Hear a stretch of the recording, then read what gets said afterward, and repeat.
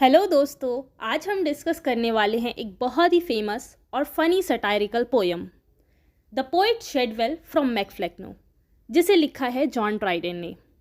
और वीडियो के एंड में मैं आपसे कुछ क्वेश्चंस भी पूछने वाली हूँ जिससे आपकी प्रैक्टिस हो जाएगी, तो वीडियो को एंड तक ज़रूर देखना। दोस्तों, इस पोयम का टाइटल है मैकफ्लेक्नो।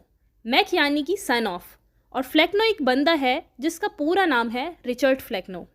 फ्लेक्नो कौन है वो मैं आपको आगे बताऊंगी। दोस्तों, मैकफ्लेक्नो को ड्राइडन ने 1678 में लिखा था और 1682 में ये पोएम पब्लिश हुई। ये एक मॉक हीरोइक सटायर है। इसे हीरोइक कपलेट में लिखा गया है। दोस्तों, हीरोइक कपलेट 2 लाइंस का सेट होता है जिसमें दोनों लाइंस राइम करती हैं और आयम्बिक पेंटामीटर में लिखी होती हैं। इस पोएम का सबटाइटल है a satire upon the true blue Protestant poet TS. TS का मतलब है यहाँ पर थॉमस शेडवेल। दोस्तों, मैकफ्लेक्नो एक बहुत ही लंबी पोयम है। इसमें से हम स्टार्टिंग वाले पार्ट को डिस्कस करेंगे जिसका नाम है शेडवेल, यानी कि स्टार्टिंग की 30 lines. John Dryden 17th century के इंग्लैंड के बहुत ही फेमस पोएट और क्रिटिक थे। वो रेस्टोरेशन पीरियड के पोएट थे जब किंग चार्ल्स सेकेंड ने वापस इंग्लैंड का थ्रोन संभाला था। दोस्तों, ये पोएम स्पेशल इसलिए है क्योंकि ये सिर्फ एक पोएम नहीं है, ये मॉक हीरोइक सटायर है। अब ये मॉक हीरोइक सटायर क्या होता है? मॉक हीरोइक सटायर पोएम का एक फॉर्म होता है, एक टाइप है। मॉक यानी कि मजाक उड़ाना, और हीरोइक यानी कि हीरो जैसा, और सटायर यानी किसी की बुराई या वीकनेस का मजाक उड़ाना। तो मॉक हीरोइक सटायर यानी कि एक ऐसी पोएम जिसमें राइटर बड़े और सीरियस स्टाइल का यूज़ करता है, जैसे कि राजा या बहादुर योद्धा की कहानी बताई जा रही हो, लेकिन पोएम का सब्जेक्ट बहुत तुच्छ होता है, बहुत छोटा और फनी होता है। मतलब स्टाइल और टोन बहुत ग्रैंड और हीरोइक होते हैं, लेकिन कंटेंट फनी होता है। एक एग्जाम्पल से समझाती हूँ। नेहा के हाथ से फ्लोर पर एक पेंसिल गिर गई थी। नेहा ने उसे उठाने के लिए ऐसी हीरोइक एंट्री मारी जैसे वो दुनिया बचाने जा रही हो। अब आप सोच रहे होंगे ये क्या था? तो कुछ ऐसा ही होता है मॉक हीरोइक एपिक में। एक छोटी सी चीज़ को, एक तुच्छ सी चीज़ को बहुत ग्रैंड स्टाइल में लिखा जाता है, जैसे पेंसिल गिरने को महाभारत बना देना। तो बहुत बड़े ग्रैंड तरीके से उस तुच्छ सी चीज़ को डिस्क्राइब करना, उसे ही मॉक हीरोइक एपिक कहते हैं। सिंपल वर्ड्स में ये ऐसा है जैसे किसी को हीरो बनाकर उसका मजाक उड़ाना। ड्राइडन के इस मॉक हीरोइक सटायर में एक हीरो तो है, लेकिन वो हीरो बहुत बेवकूफ़ है, और वो हीरो है थॉमस शेडवेल। थॉमस शेडवेल एक इंग्लिश प्लेराइट और पोइट था। शेडवेल का नाम उस टाइम काफ़ी ज़्यादा फेमस था, लेकिन ड्राइडन की नज़र में शेडवेल एक बेकार पोइट था। ड्राइडन को शेडवेल की राइटिंग बहुत प्लेन, डल और बोरिंग लगती थी। ये दोनों पोइट्स, जॉन ड्राइडन और थॉमस शेडवेल, पहले तो फ्रेंड्स थे, लेकिन बाद में लिटरेरी और पर्सनल राइवल्स बन गए। दोनों के बीच तकरार आ गई। प्रॉब्लम तब शुरू हुई जब ड्राइडन ने एब्सोलम एंड अकिटोफेल नाम का वर्क पब्लिश किया और उसके बाद द मेडल रिलीज़ किया। दोनों ही सटायरिकल पोएम्स थी। इन पोएम्स में ड्राइडन ने उस वक्त की पॉलिटिकल सिचुएशन और रिलीजियस इश्यूज़ का मजाक बनाया था। ये शेडवेल को बिल्कुल भी पसंद नहीं आया। उसने ड्राइडन के इन दोनों वर्क्स के रेस्पॉन्स में द मेडल ऑफ जॉन बायस लिखा, जिसमें उसने डायरेक्टली जॉन ड्राइडन पर लिटरेरी और पर्सनल अटैक किया। ड्राइडन ने फिर इसके रेस्पॉन्स में लिखी मैकफ्लेक्नो, एक मॉक हीरोइक सटायर, जिसमें उसने शेडवेल को किंग ऑफ डलनेस डिक्लेयर करके मजाक बनाया। यानी दोनों पोइट्स एक दूसरे के ऊपर लिटरेरी वर्क्स के थ्रू अटैक्स करते ही रहते थे। ये कॉन्फ्लिक्ट सिर्फ राइटिंग तक ही लिमिटेड नहीं थी, बल्कि पॉलिटिकल व्यूज़ तक भी जाती थी। ड्राइडन एक टोरी था और किंग चार्ल्स सेकेंड का सपोर्टर था, जबकि शेडवेल विग पार्टी का सपोर्टर था। दोनों की पॉलिटिकल थिंकिंग और लिखने का स्टाइल बिल्कुल ही ऑपोजिट था। इसीलिए ड्राइडन शेडवेल को हमेशा टैलेंटलेस और डल कहते हुए मजाक उड़ाता रहता था। इस पोयम को समझने से पहले इस पोयम का बैकग्राउंड समझना हमें बहुत ज़्यादा इंपॉर्टेंट है, तभी ये पोयम समझ में आएगी। पोयम में ड्राइडन ने एक किंगडम ऑफ डलनेस दिखाया है, एक ऐसी इमेजिनरी जगह जहाँ सब बोरिंग और डल राइटर्स रहते हैं। ये एक किंगडम है, तो यहाँ का कोई ना कोई राजा तो ज़रूर होगा, और वो राजा है फ्लेक्नो, रिचर्ड फ्लेक्नो। फ्लेक्नो एक बहुत डल और बोरिंग पोइट है। अब फ्लेक्नो बूढ़ा हो गया है और वो डिसाइड करता है कि उसके बाद कौन उसका सक्सेसर यानी कि नेक्स्ट किंग कौन बनेगा, कौन घटिया लिखने वाले राइटर्स पर राज करेगा। उसके किंगडम में बहुत सारे डल लोग हैं, पर फ्लेक्नो को सबसे ज़्यादा डल एक ही बंदा लगता है और वो है थॉमस शैडवेल। फ्लेक्नो प्राउडली अनाउंस करता है कि मेरा सबसे डल बेटा शैडवेल ही किंगडम ऑफ डलनेस का अगला राजा बनेगा। उसमें वो सारी क्वालिटीज़ हैं जो एक बेवकूफ़ आदमी के अंदर होनी चाहिए। दोस्तों, ड्राइडन ने इस पोयम में शैडवेल को किंग ऑफ डलनेस डिक्लेयर करके उसकी डलनेस का मजाक उड़ाया है। पोयम में ये पूरा सीन अच्छे से डिस्क्राइब किया गया है जैसे वाकई में किसी का राज्य अभिषेक हो रहा हो। तो चलिए अब इस पोयम को लाइन बाय लाइन डिस्कस करते हैं। All human things are subject to decay. Human things मतलब इंसान की बनाई हुई चीज़ें, और डिके का मतलब है ख़त्म होना। ड्राइडन यहाँ पर एक यूनिवर्सल ट्रुथ से स्टार्ट करते हैं। वो कहते हैं इंसान की बनाई हुई हर चीज़ एक दिन ख़त्म हो जाती है। अब चाहे वो किसी का किंगडम हो, फेम हो, या फिर कोई बड़ी ही अचीवमेंट क्यों ना हो, सब एक ना एक दिन ख़त्म हो जाता है। ड्राइडन यहाँ बेसिकली बात कर रहे हैं फ्लेक्नो के राज की।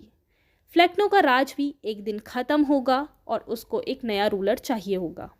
And when fate summons monarchs must obey. Fate यानी किस्मत, समन्स यानी बुलाना, मोनार्क यानी कि राजा या रूलर। पोइट कह रहे हैं कि जब किस्मत बुलाती है तो राजा को भी उसका हुक्म मानना पड़ता है।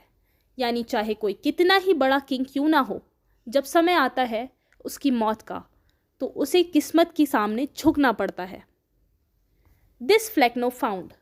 और फ्लेक्नो को इस बात का एहसास हो चुका था, ये बात समझ में आ चुकी थी कि उसका भी राज खत्म होने वाला है। Who like Augustus young and was called to empire. दोस्तों, ऑगस्टस रोम का एक ग्रेट एम्परर था। यहाँ ऑगस्टस का कंपैरिजन फ्लेक्नो के साथ किया जा रहा है।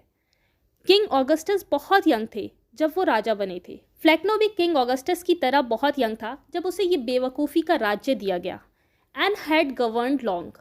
और फ्लेक्नो ने इस बेवकूफ़ी के राज्य पर बहुत लंबे टाइम तक रूल किया, उन डल पोएट्स पर राज किया। In prose and verse was owned without dispute.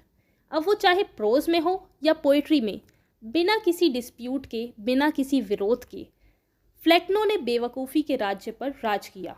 दो all the Rhames of nonsense absolute. Rhames यानी कि किंगडम, और उसने इस पूरे नॉनसेंस लिखने वालों के किंगडम पर रूल किया। This aged prince now flourishing in peace and blessed with issue of a large increase. Blessed यानी कि ब्लेसिंग और इशू यानी कि संतान। तो अब दोस्तों, फ्लेक्नो बूढ़ा हो चुका है और उसे पता है कि उसकी मौत करीब है। दिस एजेड प्रिंस, ये फ्लेक्नो के लिए बोला गया है एजेड प्रिंस।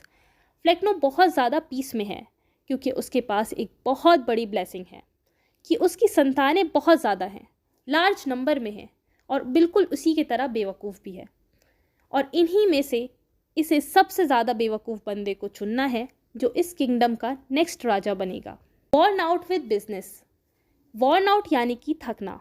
अब वो अपने इस बिजनेस से थक चुका है, घटिया पोएट्री लिखने की बिजनेस से और बेवकूफ़ों के ऊपर राज करने से। Did at length debate to settle the succession of the state.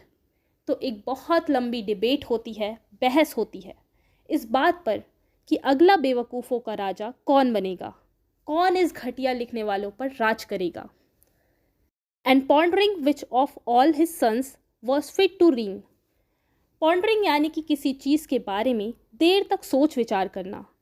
फ्लेक्नो काफ़ी सोच विचार करता है कि उसके सारे बेवकूफ़ बेटों में सबसे ज़्यादा लायक बेटा कौन है इस किंगडम ऑफ डलनेस को संभालने के लिए, कौन सबसे ज़्यादा फिट है। And wage immortal war with wit, जिसकी अकल से कभी ख़त्म ना होने वाली लड़ाई चलती रहती हो। Cried this resolve for nature pleads that he should only rule who most resembles me. काफ़ी डिबेट और सोच विचार करने के बाद ये डिसाइड हुआ। क्राइड, फ्लेक्नो ने बोला कि नेचर भी यही चाहती है कि वो ही बंदा रोल करे जो मुझसे मिलता जुलता हो, बेवकूफ़ी और डलनेस में बिल्कुल मेरे जैसा हो। Shadwell alone my perfect image bears. सिर्फ शैडवेल ही है जिसमें मुझे अपनी झलक दिखती है। शैडवेल पूरा मेरे जैसा है, बिल्कुल nonsense. Mature in dullness from his tender years, जो छोटी उम्र से ही डलनेस में मैच्योर हो गया था, डलनेस भरी बातें करने लगा था, बेकार राइटिंग लिखने लगा था। Shadwell alone of my sons is he who stands confirm in full stupidity. फ्लेक्नो कहता है, मेरे सारे डल बच्चों में अकेला शेडवेल ही है जिसने स्टूपिडिटी में महारत हासिल की है, और ये बात सिद्ध हो चुकी है. The rest is to some faint meaning make pretence but Shadwell never deviates into sense. आगे फ्लेक्नो बोलता है, मेरे सारे बच्चों ने जाने अनजाने में भूल से कभी ना कभी तो कोई समझदारी वाली बात करी ही होगी, लेकिन शेडवेल ही वो अकेला बंदा है जिसने आज तक कभी भी भूल से भी कोई समझदारी वाली बात नहीं करी, कोई सेंस वाली बात नहीं करी. Some beams of wit on other souls may fall, strike through and make a lucid interval. कभी कभी बुद्धि की कुछ किरण दूसरी आत्माओं पर पड़ भी जाती है, जिससे उनके दिमाग में थोड़ी सी क्लैरिटी कुछ वक्त के लिए आ जाती है. But Shadwell's genuine night admits no ray, लेकिन केवल शेडवेल ही ऐसा है जिसका अंधेरा अपने आसपास किसी बुद्धि की किरण को आने ही नहीं देता. His rising fogs prevail upon the day, बल्कि शेडवेल की बेवकूफ़ी का कोहरा इतना गहरा है कि वो दिन पर भी छा जाता है. Besides his goodly fabric fills the eye and seem designed for thoughtless majesty. Poet यहाँ पर शेडवेल के फिजिकल अपीयरेंस को डिस्क्राइब कर रहे हैं, लेकिन तारीफ के अंदाज में मजाक उड़ाया जा रहा है. वो देखने में अच्छा लगता है, बड़ा इम्प्रेसिव, स्ट्रॉन्ग, हट्टा कट्टा, लेकिन उसके दिमाग में कोई सोच या बुद्धि है ही नहीं. उसका दिमाग थॉटलेस है. Thoughtless as monarch oaks that shade the plain. दोस्तों, ओक एक बहुत बड़ा सा पेड़ होता है, तो राजा शेडवेल बिल्कुल उस बड़े से ओक ट्री के जैसा है जो मैदान में फैलकर बड़ी सी छाया देता है, जहाँ छाया की ज़रूरत किसी को नहीं होती. And spread in solemn state supinely reign. Solemn यानी कि सीरियस और सुपाइनली यानी कि लेज़ी. शेडवेल भी ओक ट्री की तरह बड़ी सीरियसली और आराम से फैला हुआ है, मतलब मोटा ताज़ा है, और आलसी राजा की तरह अपनी बेकार दुनिया पर रूल करता रहता है. Heywood and Shirley were but types of the दो last great prophet of tautology. Tautology यानी कि एक ही बात को बार बार राइटिंग्स में लिखना, रिपीटेशन ऑफ वर्ड्स और आइडियाज़, सेम आइडियाज़ को डिफरेंट वर्ड्स में बताना. दोस्तों, हेवुड और शर्ली दो राइटर्स थे जो ड्राइडन को बहुत ज़्यादा डल लगते थे. तो पोएट कह रहे हैं कि सिर्फ हेवुड और शर्ले जैसे राइटर्स तुम्हारे छोटे वर्जन थे. इन दोनों राइटर्स ने अपने लाइफ टाइम में कुछ भी अच्छा नहीं लिखा, उसी तरह शेडवेल ने भी कुछ भी अच्छा नहीं लिखा. पर तुम तो शेडवेल टॉटोलॉजी में उन सभी से आगे निकले. तुम तो टॉटोलॉजी के सबसे बड़े गुरु हो, एक ही चीज़ को बार बार लिखते रहते हो. तो दोस्तों, ये थी पोएम की line by line explanation. Hopefully आपको अच्छे से समझ में आई होगी. अब बारी है टेस्ट की. Question number 1, who is described as the monarch in the beginning of MacFlecknoe? Option number A Shadwell, B Flecknoe, C. Dryden, D. Ben Jonson. तो करेक्ट आंसर है Flecknoe. Question number 2, in which poetic form is MacFlecknoe written? कौन से form में लिखा है? Blank verse, heroic couplet, free verse या फिर ballad? तो करेक्ट आंसर है heroic couplet. Next question, what does the word tautology mean here? Tautology का क्या मतलब है? Smart thinking, repetition of same ideas, deep philosophy या फिर पोएटिक स्किल? आंसर है option number B, repetition of same ideas. Next question, who is chosen as the successor of Flecknoe? Shadwell, Cowley, Milton या फिर Ben Jonson? तो कौन बना था successor फ्लेक्नो का? आंसर है option number A, Shadwell. Next and last question, what does the word Mac in MacFlecknoe mean? Mac का क्या मतलब है? सन ऑफ, किंग ऑफ या फिर फ्रेंड ऑफ या राइवल ऑफ? तो इसका करेक्ट आंसर है सन ऑफ. तो दोस्तों, अपना स्कोर कमेंट में ज़रूर बताना. तो ये थी आज की हमारी वीडियो पसंद आई तो लाइक ज़रूर करना, फ्रेंड्स के साथ शेयर करना, चैनल को सब्सक्राइब भी कर लेना ताकि नेक्स्ट लेक्चर की वीडियोस मिस ना हो. नेक्स्ट वीडियो में हम एक और इंटरेस्टिंग पोएम के साथ मिलेंगे. तब तक के लिए कीप लर्निंग. Bye bye.